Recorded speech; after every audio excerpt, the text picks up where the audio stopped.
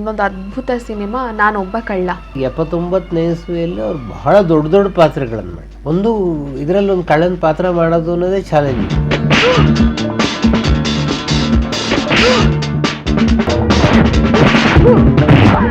ನಮ್ಮಲ್ಲಿ ಸಾಮಾನ್ಯಕ್ಕೆ ಉಪೇಂದ್ರ ಕುಮಾರ್ ಸ್ವಲ್ಪ ಗಜಲ್ ಶೈಲಿಯ ಹಾಡುಗಳನ್ನು ಕ್ರಿಯೇಟ್ ಮಾಡಿದ್ದಾರೆ. ಆದರೆ ಇದರಲ್ಲಿ ರಾಜನ್ ನಾಗೇಂದ್ರ ಒಂದು ಹಾಡು ಕ್ರಿಯೇಟ್ ಮಾಡಿದ್ದಾರೆ. ಅದು ಅಪ್ಪಟ ಗಜಲ್ ಶೈಲಿಯಲ್ಲಿರ್ತಕ್ಕಂಥ ಹಾಡದು. ಅದನ್ನು ಬಹಳ ಅದ್ಭುತವಾಗಿ ರಾಜ್ಕುಮಾರ್ ಮತ್ತು ಎಸ್ ಜಾನಕಿ ಅವರು ಹಾಡಿದ್ದಾರೆ.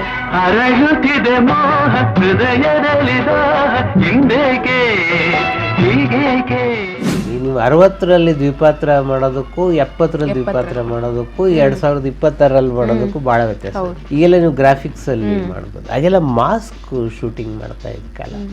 ರಾಜ್ಕುಮಾರ್ ಬೆಸ್ಟ್ ಡಬಲ್ ಆಕ್ಷನ್ ಎಲ್ಲ ಮಧುನ ತೆಗೆದಿರೋದು. ಇದು ಬಹಳ ಅಪರೂಪಕ್ಕೆ ಚಿಟಿ ಬಾಬು ಕ್ರಾಸ್ ಕ್ವಶನ್ಗಳು ಹಾಕ್ತಾ ಇದ್ದೀರಲ್ಲ, ಆದ್ರೆ ಕೇಳ್ತಾ ಇದ್ರೆ ನನಗೆ ಡೈರೆಕ್ಟ್ ಆಗಿ ಗುರಿ ಇಟ್ಟಾಗಿದೆ.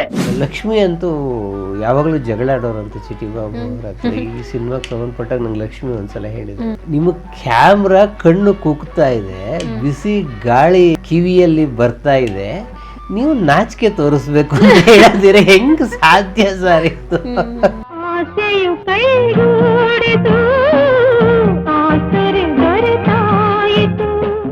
ಚೌಡಯ್ಯ ಹಾಲಲ್ಲಿ ಒಂದು ಬಹಳ ಇಂಟ್ರೆಸ್ಟಿಂಗ್ ಆದ ಸೀನ್ ಇದೆ. ಸೊ ಈ ರಾಜ್ಕುಮಾರ್ ಡಬಲ್ ಆಕ್ಷನ್ ಅಲ್ಲದ ಇನ್ನೊಬ್ಬ ರಾಜ್ಕುಮಾರ್ ಬರ್ತಾರೆ. ಅದು ಒಂದು ಕಲಾವಿದರ ಸಂಘದ ಒಂದು ಕಾರ್ಯಕ್ರಮ. ಅದರಲ್ಲಿ ಒಂದು ಪಿಕ್ ಪಾಕೆಟ್ ಮಾಡಿಬಿಡ್ತಾನೆ. ನಾನೊಬ್ಬ ಕಳ್ಳನು, ನಾನೊಬ್ಬ ಸುಳ್ಳನು, ಗುಲ್ಮೋಸಗಾರನು ಸರಿಗೇನು. ಸರ್, ರಾಜ್ಕುಮಾರ್ ಅವರು ನಟಿಸಿರುವಂತಹ ಇನ್ನೊಂದು ಅದ್ಭುತ ಸಿನಿಮಾ ನಾನೊಬ್ಬ ಕಳ್ಳ. ರಾಜ್ಕುಮಾರ್ ಅವರನ್ನ ಈಗ ಅಷ್ಟೇ ಹೇಳಿದ ಹಾಗೆ ರಾಘವೇಂದ್ರ ಸ್ವಾಮಿಗಳ ಪಾತ್ರದಲ್ಲಿ ನೋಡಿ ಆಯ್ತು, ಭಕ್ತ ಪ್ರಹ್ಲಾದ ಸಿನಿಮಾದಲ್ಲಿ ಹಿರಣ್ಯಕಶಿಪುವಿನ ಪಾತ್ರ ಆಯ್ತು, ಬೇಡರ ಕಣ್ಣಪ್ಪನ ಪಾತ್ರದಲ್ಲಿ ಆಯ್ತು, ಎಂತೆಂತ ಪಾತ್ರಗಳಲ್ಲಿ ನೋಡಿದ್ದೇವೆ. ಈಗ ಈ ಸಿನಿಮಾದಲ್ಲಿ ಒಬ್ಬ ಕಳ್ಳನ ಪಾತ್ರದಲ್ಲಿ, ಜೊತೆಗೆ ಇದೇ ಸಿನಿಮಾದಲ್ಲಿ ಡಬಲ್ ಆಕ್ಟಿಂಗ್ ಮಾಡಿದ್ದಾರೆ. ತಂದೆಯ ಪಾತ್ರವನ್ನ ಪೊಲೀಸ್ ಆಗಿ ನಿರ್ವಹಿಸಿದ್ದಾರೆ. ಒಂದೇ ಸಿನಿಮಾದಲ್ಲಿ ಕಳ್ಳ ಪೊಲೀಸ್, ಅದು ಎರಡು ಪಾತ್ರವನ್ನ ಒಬ್ಬರೇ ನಿಭಾಯಿಸಿದ್ದಾರೆ. ಪೊಲೀಸ್ಗೆ ಇರ್ಬೇಕಾದಂತ ಒಂದು ಗಾಂಭೀರ್ಯ ಇರ್ಬೋದು, ಕಳ್ಳ ಯಾವ ತರ ಮಾಡ್ತಾನೆ ಆ ತರ ಇರುವಂತಹ ಒಂದು ಅಭಿನಯ ಆಗಿರ್ಬೋದು, ಅವರ ಡೈಲಾಗ್ ಡೆಲಿವರಿ ಆಗಿರ್ಬೋದು, ಎಕ್ಸ್ಪ್ರೆಷನ್ಸ್ ಆಗಿರ್ಬೋದು, ಅದ್ಭುತ ಸಿನಿಮಾ ಸರ್. ಈ ಸಿನಿಮಾದ ಬಗ್ಗೆ ಹೇಳಿ ಸರ್. ನಮ್ಮಲ್ಲಿ ಒಬ್ರಂತೂ ಪ್ರತಿ ಸಂಚಿಕೆಯಲ್ಲೂ ನಾನೊಬ್ಬ ಕಳ್ಳ ಹಾಕಿ ನೀವು ನಿರ್ಲಕ್ಷ್ಯ ಏನಿಲ್ಲ, ಅದು ಎಲ್ಲರ ಕೋರಿಕೆಯನ್ನು ಒಂದೊಂದಾಗಿ ನಾವು ಈಡೇರಿಸ್ತಾ ಹೋಗ್ತಾ ಇದೀವಿ ಅಷ್ಟೇನೆ. ಸೊ ನಿಮಗೆ ಗೊತ್ತಿದೆ, ನಾವು ಕಳೆದ 20 ಸಿನಿಮಾಗಳಂತೂ ಎಲ್ಲ ಪ್ರೇಕ್ಷಕರ ಕೋರಿಕೆಯ ಮೇಲೆ ಆರಿಸಿರೋದು, ಯಾವುದು ನಮ್ಮ ಆಯ್ಕೆ ಅಲ್ಲ. ಅವ್ರು ಯಾವ ಸಿನಿಮಾ ಕೇಳ್ತಾರೋ ಅದರ ಕಥೆಯನ್ನ.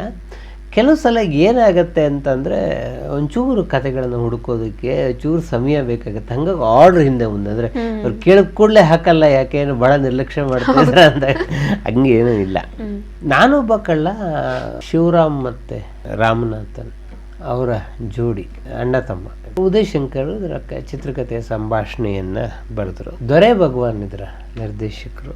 ಕುಂದಾನಿ ಸತ್ಯನ್ ಇದಕ್ಕೆ ಸಹ ನಿರ್ದೇಶಕ. ಕುಂದಾನಿ ಸತ್ಯನ್ ಅಣ್ಣವ್ರಿಗೆ ಬಹಳ ಆತ್ಮೀಯ ಗೆಳೆಯರಲ್ಲಿ ಒಬ್ಬರು ಅವರು. ರಾಜ್ಕುಮಾರ್ ನೀವು ಆಗಲೇ ಹೇಳಿದಂಗೆ 2 DCP ಚಂದ್ರಶೇಖರ್ ಮತ್ತು ಇನ್ನೊಂದು ಗೋಪಿ ಕಳ್ಳನ ಪಾತ್ರದಲ್ಲಿ. ಈ ಕೊಲೆ ಸುಲಿಗೆ ಇವುಗಳನ್ನೆಲ್ಲ ನಾನೇ ಮಾಡ್ತಾ ಇದ್ದೀನಿ ಅಂತ ಅನುಮಾನನ? ಅದಕ್ಕೆ ಸಾಕ್ಷಿ ಲಕ್ಷ್ಮಿ ರುಕ್ಮಿಣಿ ಪಾತ್ರದಲ್ಲಿ ಗೋಪಿಯ ಜೋಡಿ, ಕಾಂಚನ ಸಾವಿತ್ರಿಯ ಪಾತ್ರದಲ್ಲಿ. ಸೊ ಅಣ್ಣವರು ಎಲ್ಲ ಡಬಲ್ ಆಕ್ಟಿಂಗ್ ಸಿನಿಮಾಗಳಲ್ಲೂ ಹೇಳುವ ಹಾಗೆ ಇದರಲ್ಲಿ ಅವರು ಎಷ್ಟು ಅಂದ್ರೆ ಇಷ್ಟೊತ್ತಿಗಾಗ್ಲಿ 79ನೇ ಇಸ್ವಿಯಲ್ಲಿ ಅವ್ರು ಬಹಳ ದೊಡ್ಡ ದೊಡ್ಡ ಪಾತ್ರಗಳನ್ನು ಮಾಡಿ ಒಂದು ಇದರಲ್ಲಿ ಒಂದು ಕಳ್ಳನ ಪಾತ್ರ ಮಾಡೋದು ಅನ್ನೋದೇ ಚಾಲೆಂಜಿಂಗ್ ತಗೊಳ್ಳಂತ. ಯಾರನ್ನು ಕೇಳೋಳಕ್ ಬಂದೆ? ನಮ್ಗೆ ಹೇಳೋರು ಕೇಳೋರು ಯಾರು ಇರೋದಿಲ್ಲ, ಯಾವಾಗ ಬೇಕಾದ್ರೂ ಬರ್ತಾ ಇರಬಹುದು, ಹೋಗ್ತಾ ಇರಬಹುದು. ದಾರಿ ತಪ್ಪಿದ ಮಗ ಆದ್ಮೇಲೆ ಮತ್ತೆ ರವಿಚಂದ್ರ ಅವ್ನು ಮಾಡಿದ್ರು ಕಳ್ಳನ ಪಾತ್ರ. ಅದೇ ತರದ ಹಾವಭಾವ, ಪ್ಲಾನಿಂಗು, ಚಾಣಾಕ್ಷತೆ ಇದೆಲ್ಲ ಕಳ್ಳನ ಪಾತ್ರದಲ್ಲಿ. ನಿನ್ ಮಗನಿಗೆ ಒದೆ ಕೊಡೋದನ್ನ ಹೇಳ್ಕೊಟ್ಟಿದ್ಯೋ ಹೊರತು ಒದೆ ತಿನ್ನೋದನ್ನ ಹೇಳ್ಕೊಟ್ಟಿದ್ಯಾ? ನಂಗೆ ಅವರು ಆ ಕಣ್ಣನ್ನ ಚಲಿಸೋ ಕ್ರಮ ಇದೆಯಲ್ಲ, ಬಹಳ ಅದ್ಭುತ ಕಳ್ಳನ ಪಾತ್ರದಲ್ಲಿ. ಅದೇ DCP ಪಾತ್ರದಲ್ಲಿ ಅದೇ ಗಾಂಭೀರ್ಯ.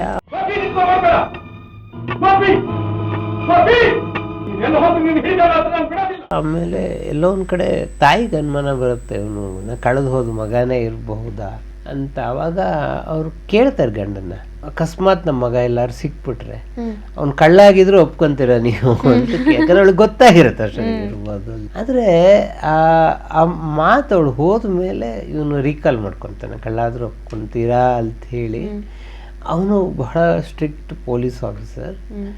ಅವನ ಮನಸ್ಸಿನ ತಲ್ಲಣಗಳಿದೆಯಲ್ಲ, ಅಲ್ಲಿ ಡೈಲಾಗಿಂತ ಫೇಶಿಯಲ್ ಎಕ್ಸ್ಪ್ರೆಷನ್ನು ಅಣ್ಣವ್ರು ಅಭಿನಯಿಸಿದ್ದಾರೆ, ದ ಬೆಸ್ಟ್. ಅದು ಬಹುಶಃ ಅಣ್ಣವ್ರು ಮಾತ್ರ ಕೊಡೋಕ್ಕೆ ಸಾಧ್ಯವಾದಂಥ ಅಭಿನಯ ಅದು. ನಿನಗೆ ಗಂಡ ಬೇಕಾ ಮಗ ಬೇಕಾ? ಇದರಲ್ಲಿ ಪ್ರಭಾಕರ್ ಬಹಳ ಮುಖ್ಯವಾದ ಪಾತ್ರ ಮಾಡಿದ್ದಾರೆ, ದೇವೇಂದ್ರ ಗೋಪಾಲ್ ಪಾತ್ರವನ್ನ ಮಾಡಿದ್ದಾರೆ.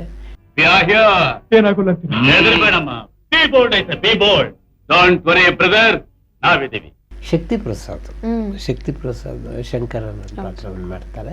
ಇದು 2 ಶೇಡಲ್ಲಿ ಹೋಗುತ್ತೆ. ಅಂದರೆ ಲಕ್ಷ್ಮಿಗೆ, ಅಂದರೆ ರುಕ್ಮಿಣಿಯ ಪಾತ್ರದೊಳಗೆ ಇವನ್ ಕಳ್ಳ ಅನ್ನೋದು ಗೊತ್ತಿಲ್ಲ. ಯಾಕೆಂದ್ರೆ ಅವಳ ತಂದೆ, ಅದು ಶಿವರಾಮೇ ಮಾಡಿದ್ದಾರೆ ಆ ಪಾತ್ರ, ಅವ್ರು ಪೊಲೀಸ್ ಕಾನ್ಸ್ಟೇಬಲ್, ಅವ್ರ ಅಪ್ಪನೇ ಪೊಲೀಸ್ ಕಾನ್ಸ್ಟೇಬಲ್. ಆವಾಗ ಒಂದು ಹಾಡು ಬರುತ್ತೆ, ಅದು ಉದಯ್ ಶಂಕರ್ ಬರೆದಿರೋ ಹಾಡು. ಉದಯ್ ಶಂಕರ್ ಈ ಥರದ ಚಮತ್ಕಾರವನ್ನು ಬಹಳ ಮಾಡ್ತಾರೆ. ಅದು ನೀವು ಬರೀ ಟೈಟ್ಲ್ ಸಾಂಗ್ ಅಂತಲ್ಲ, ನಾನೊಬ್ಬ ಕಳ್ಳನು ನಾನೊಬ್ಬ ಸುಳ್ಳನು, ನಾನೊಬ್ಬ ಸುಳ್ಳನು ಬಲ್ಮೋಸಗಾರನು ಸರಿಗೇನು ಬಲ್ಮೋಸಗಾರನು. ಅವನು ಆ ಹಾಡಲ್ಲಿ ಇರೋ ಸಾಹಿತ್ಯದಲ್ಲಿ ನೋಡಿ, ಅವನು ನಾನೇನು ಕದ್ದಿದ್ದೀನಿ ಅಂದರೆ ನಿನ್ನ ಹೃದಯವಲ್ಲೇ ಕದ್ದಿದ್ದೀನಿ ನಾನು. ಸೊ ಅದಕ್ಕೆ ನಾನು ನಿನ್ನ ಹೃದಯನ ಕದಿಯೋದಕ್ಕೆ ನೀನೇ ಕಾರಣ ಆಗಿದೆಯಾ, ನೀನೇ ಆ ಕಳ್ಳರ ಗುರು ಆಗಿದೆಯಾ ನೀನು ಅಂತ ಹಾಡಿರ್ತಾರೆ. ಬಹಳ ಒಂಥರ ಇಂಟ್ರೆಸ್ಟಿಂಗ್ ಆದ ಲಿಟ್ರೇಚರ್. ಯಾರೇನೆ ಅನ್ನಲಿ ಊರಾಚ ತಳ್ಳಲಿ ನಾ ಕದ್ದ ಹೃದಯವ ಕೊಡಲಾರೆ. ಅದಾದ ಮೇಲೆ ಗೊತ್ತಾಗುತ್ತೆ ಇವಳಿಗೆ, ಹೌದು ಇವನೊಂದು ಬಲೆಯಲ್ಲಿ ಸಿಕ್ಕಾಕೊಂಡಿದ್ದಾನೆ. ಆ ಬಲೆಯಿಂದ ಅವನಿಗೆ ಬಿಡಿಸ್ಕೊಳಕ್ಕೆ ಆಗಲ್ಲ. ಅವನಿಗೆ ತಾಯಿಯನ್ನು ಭೇಟಿ ಮಾಡ್ತಾನೆ, ತಾಯಿ ತಂದೆಯ ನಡುವೆ ಒಂದು ಸಂಘರ್ಷ ಇರುತ್ತೆ. ಅವನಿಗೆ ತಂದೆಗೆ ಬಹಳ ಕರ್ತವ್ಯನೇ ಬಹಳ ಮುಖ್ಯ, ತಾಯಿಗೆ ಮಗ ಸಿಕ್ಕರೆ ಸಾಕು ಅಂತ ಹೇಳಿ ಇದನ್ನು ಬಹಳ ಬ್ಯಾಲೆನ್ಸ್ಡ್ ಆಗಿ ಕಥೆಯಲ್ಲಿ, ಸಿನಿಮಾದಲ್ಲಿ. ಎಲ್ಲಿದ್ದಾನೆ ಹೇಳು, ನಾನು ಹೋಗಿ ಕರ್ಕೊಂಡ್ಬಂದು ಮನೆ ಸೇರಿಸ್ಬಿಡ್ತೀನಿ ಅವನ್ನ. ಇದಾನೆ ತಾನೆ, ಎಲ್ಲಿದ್ದಾನೆ? ಮತ್ತು ಶಿವರಾಮ್ ರೋಲ್ ಕೂಡ ಚಿಕ್ಕದಾಗ ಕಾನ್ಸ್ಟೇಬಲ್ ರೋಲ್ ಚೆನ್ನಾಗಿದೆ ಆ ಸಿನಿಮಾದಲ್ಲಿ. ಈ ಸಿನಿಮಾದ ಹಾಡುಗಳು ರಾಜನ್ ನಾಗೇಂದ್ರ ಅವರ ಸಂಗೀತನಿದೆ. ನಮ್ಮಲ್ಲಿ ಸಾಮಾನ್ಯಕ್ಕೆ ಉಪೇಂದ್ರ ಕುಮಾರ್ ಸ್ವಲ್ಪ ಗಜಲ್ ಶೈಲಿಯ ಹಾಡುಗಳನ್ನು ಕ್ರಿಯೇಟ್ ಮಾಡಿದ್ದಾರೆ. ಆದರೆ ಇದರಲ್ಲಿ ರಾಜನ್ ನಾಗೇಂದ್ರ ಒಂದು ಹಾಡು ಕ್ರಿಯೇಟ್ ಮಾಡಿದ್ದಾರೆ, ಅರಳುತ್ತಿದೆ ಮೋಹ ಹೃದಯದಲ್ಲಿ ದಾಹ ಹೀಗೇಕೆ. ಅರಳುತ್ತಿದೆ ಮೋಹ ಹೃದಯದಲ್ಲಿ ದಾಹ ಹಿಂದೇಕೆ ಹೀಗೇಕೆ. ಅದು ಅಪ್ಪಟ ಗಜಲ್ ಶೈಲಿಯಲ್ಲಿರ್ತಕ್ಕಂಥ ಹಾಡದು. ಅದನ್ನು ಬಹಳ ಅದ್ಭುತವಾಗಿ ರಾಜ್ಕುಮಾರ್ ಮತ್ತು ಎಸ್ ಜಾನಕಿ ಅವರು ಹಾಡಿದ್ದಾರೆ.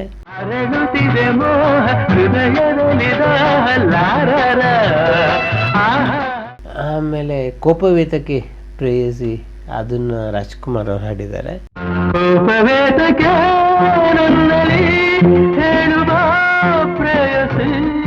ನಾನು ಆಗ್ಲೇ ಹೇಳಿದಾಗೆ ನಾನೊಬ್ಬ ಕಳ್ಳನು ನಾನೊಬ್ಬ ಸುಳ್ಳನು, ನಾನೊಬ್ಬ ಕಳ್ಳನು ನಾನೊಬ್ಬ ಸುಳ್ಳನು. ಕೊನೆಗೆ ಇದರ ಕ್ಲೈಮ್ಯಾಕ್ಸ್ಗೆ ಬರುವಾಗ ಅವಳನ್ನ ಮುತ್ತೈದೆಯಾಗಿ ಸಾಯ್ಬೇಕು ಅಂತ ಹೇಳಿ ತಾಳಿ ಕಟ್ಬಿಡು ಅಂತ ಹೇಳ್ತಾರೆ. ಆಗ ಒಂದು ಹಾಡು ಬರುತ್ತೆ, ಆಸೆಯು ಕೈಗೂಡಿತು ಆಸರೆ ದೊರೆತಾಯಿತು ಅಂತ ಹೇಳಿ. ತುಂಬಾ ಚೆನ್ನಾಗಿದೆ ಹಾಡು, ಚೆನ್ನಾಗಿದೆ. ಅದರ ಲಿರಿಕ್ಸ್ ಕೂಡ ತುಂಬಾ ಚೆನ್ನಾಗಿದೆ.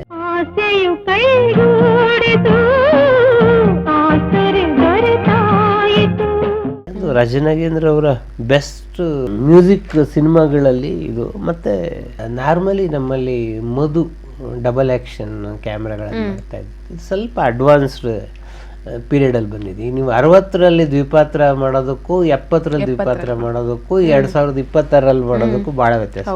ಈಗೆಲ್ಲ ನೀವು ಗ್ರಾಫಿಕ್ಸ್ ಅಲ್ಲಿ ಮಾಡ್ಬೋದು, ಹಾಗೆಲ್ಲ ಮಾಸ್ಕ್ ಶೂಟಿಂಗ್ ಮಾಡ್ತಾ ಇದ್ದ ಕಾಲ.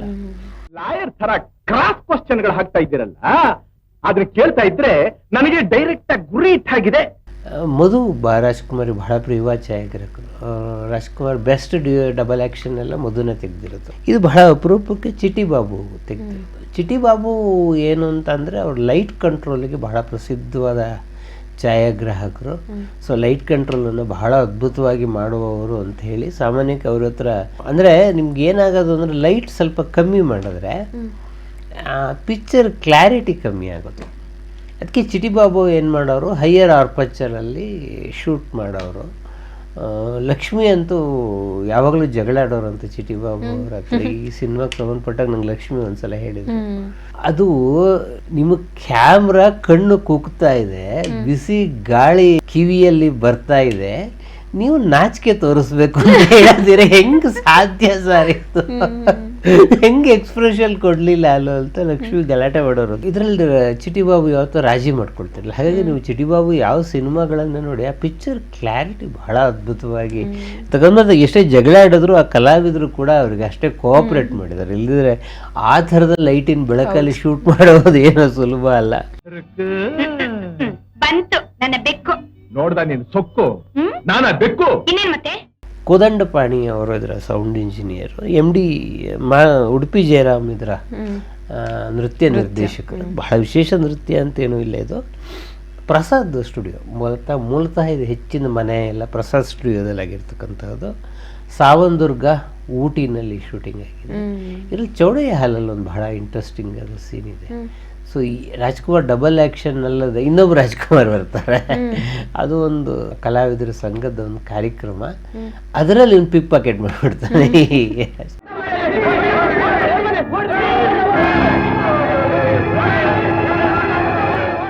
ಆ ಪಾತ್ರವಲ್ಲೂ ಕೂಡ ಅಣ್ಣವ್ರು ಅದೇ ತ್ರಿಬಲ್ ಆ್ಯಕ್ಷನ್ ಅಂತಲ್ಬೋದು. ಯಾಕಂದ್ರೆ ಒಂದು ಸಣ್ಣ ರೋಲ್ ಅದು, ರೀಲ್ ಅದು, ಅದರಲ್ಲಿ ಬಂದು ಹೋಗ್ತಾರೆ ಅಣ್ಣವರು. ಏನಂತೆ ಅಂದರೆ ಯಾರೋ ಕಳ್ಳ ಅಂತೆ ಅಂತ ಹಿಂಗೊಂದು ಡೈಲಾಗ್ ಬರುತ್ತೆ. ಅದನ್ನು ಎಷ್ಟು ಸಹಜವಾಗಿ ಆ ಸಿನಿಮಾದಲ್ಲಿ ತಗೊಂಡು ಬಂದಿದ್ದಾರೆ ಅಂತ ಹೇಳೋದು ಬಹಳ ಇಂಟ್ರೆಸ್ಟಿಂಗ್ ಆದಂಥ ಇದು. ವಿಷಯ ಏನು ತಗೋತಾ ಇಲ್ಲ, ಪರ್ಸ್ ಹೊಡೆದ್ಬಿಟ್ಟ ಅಂತ ಕಾಣಿಸುತ್ತೆ. ಅದೇ ಗಲಾಟೆ. ಪರ್ಸ ಹೌದಣ್ಣ. ಯಾರವನು? ಕ್ಲೈಮ್ಯಾಕ್ಸ್ ಬಹಳ ತಾಯಿ ಸತ್ತೋಗಿರ್ತಾಳೆ, ಅವಳ ಶವ ಸಂಸ್ಕಾರಕ್ಕೆ ಬರಬೇಕು ಅನ್ನುವಾಗ ತಂದೆ ಗುಂಡೇಟಿಗೆ ಅವನು ಸಾಯ್ತಾನೆ.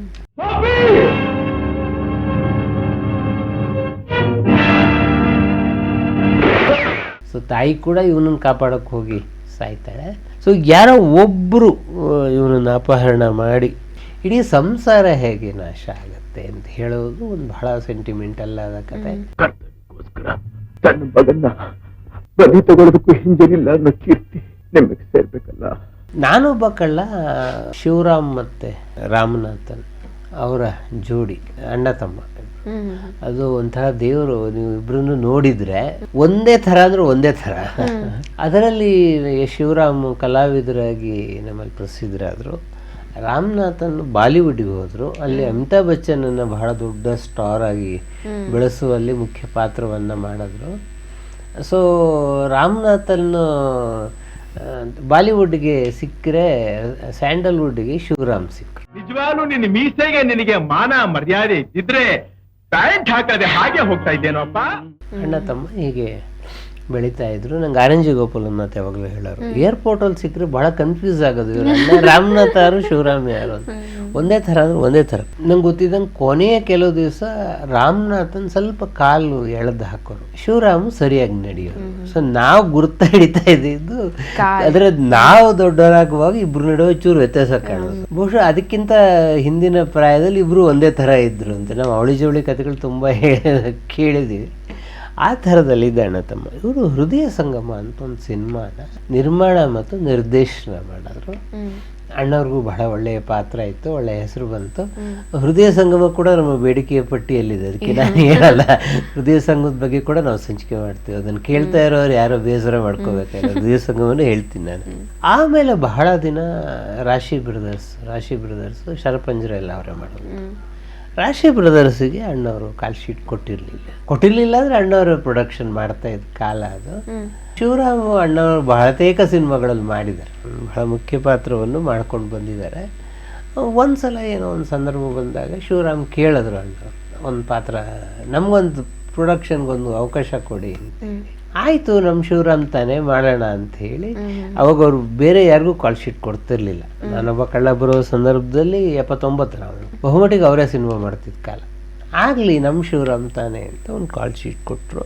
ಇದರ ಮೂಲ ಕತೆ ಬಗ್ಗೆ ಒಂದು ಅಂದರೆ ಬಹಳ ಜನ ತಂಗಂ ಪತಕಂ ಅಂತ ಒಂದು ತಮಿಳು ಸಿನಿಮಾ ಇದೆ, ಅದರ ರಿಮೇಕ್ ಅಂತ ಹೇಳಿದರು. ನಾನು ಶಿವರಾಮನ್ ಕೇಳಿದಾಗ ಇಲ್ಲದ ರಿಮೇಕ್ ಅಲ್ಲ, ಇದು ಶಂಕರ್ ಸುಂದರ್ ಅವರು ಮಾಡಿಕೊಟ್ಟ ಕತೆ ಇದು ಅಂತಂದಿದ್ರು. ಇರ್ಬೋದು ಶಂಕರ್ ಸುಂದರ್ ಗಂಧದ ಗುಡಿ ಅಂತ ಸಿನಿಮಾ ಕತೆಗಳನ್ನೇ ಮಾಡಿದಂಥವ್ರು. ಹಾಗಾಗಿ ನಾನೊಬ್ಬ ಕಳ್ಳ ನನಗೆ ಅಣ್ಣವರ ಮೆಚ್ಯೂರ್ಡ್ ಆ್ಯಕ್ಟಿಂಗಲ್ಲಿ ಬಹಳ ಮೆಚ್ಯೂರ್ಡ್ ಆ್ಯಕ್ಟಿಂಗಲ್ಲಿ ನಂಗೆ ಅವರು DCP ಆಗಿ ಬೇರೆ ಸಿನಿಮಾಗಳಲ್ಲೂ ಮಾಡಿದ್ದಾರೆ ಅದೇನೆ, ಬಟ್ ಇದರಲ್ಲಿ ತೋರಿಸಿರುವ ಗತ್ತಿದೆಯಲ್ಲ ಮತ್ತು ಅವರ ನಡೆಯುವ ಶೈಲಿ ಮತ್ತು ಯೋಚನೆ ಮಾಡೋದು, ಕರ್ತವ್ಯ ಮತ್ತು ಸಂಸಾರದ ನಡುವಿನ ತಿಕ್ಕಾಟ, ಇದನ್ನೆಲ್ಲ ಬಹಳ ಅದ್ಭುತವಾಗಿ ಮಾಡಿದ್ದಾರೆ. ಹಾಗಾಗಿ ನಾನೊಬ್ಬ ಕಳ್ಳ ಬಹಳ ಮುಖ್ಯ. ನಾನೊಬ್ಬ ಕಳ್ಳನು, ನಾನೊಬ್ಬ ಸುಳ್ಳನು, ಬಲು ಮೋಸಗಾರನು, ಸರಿಗೇನು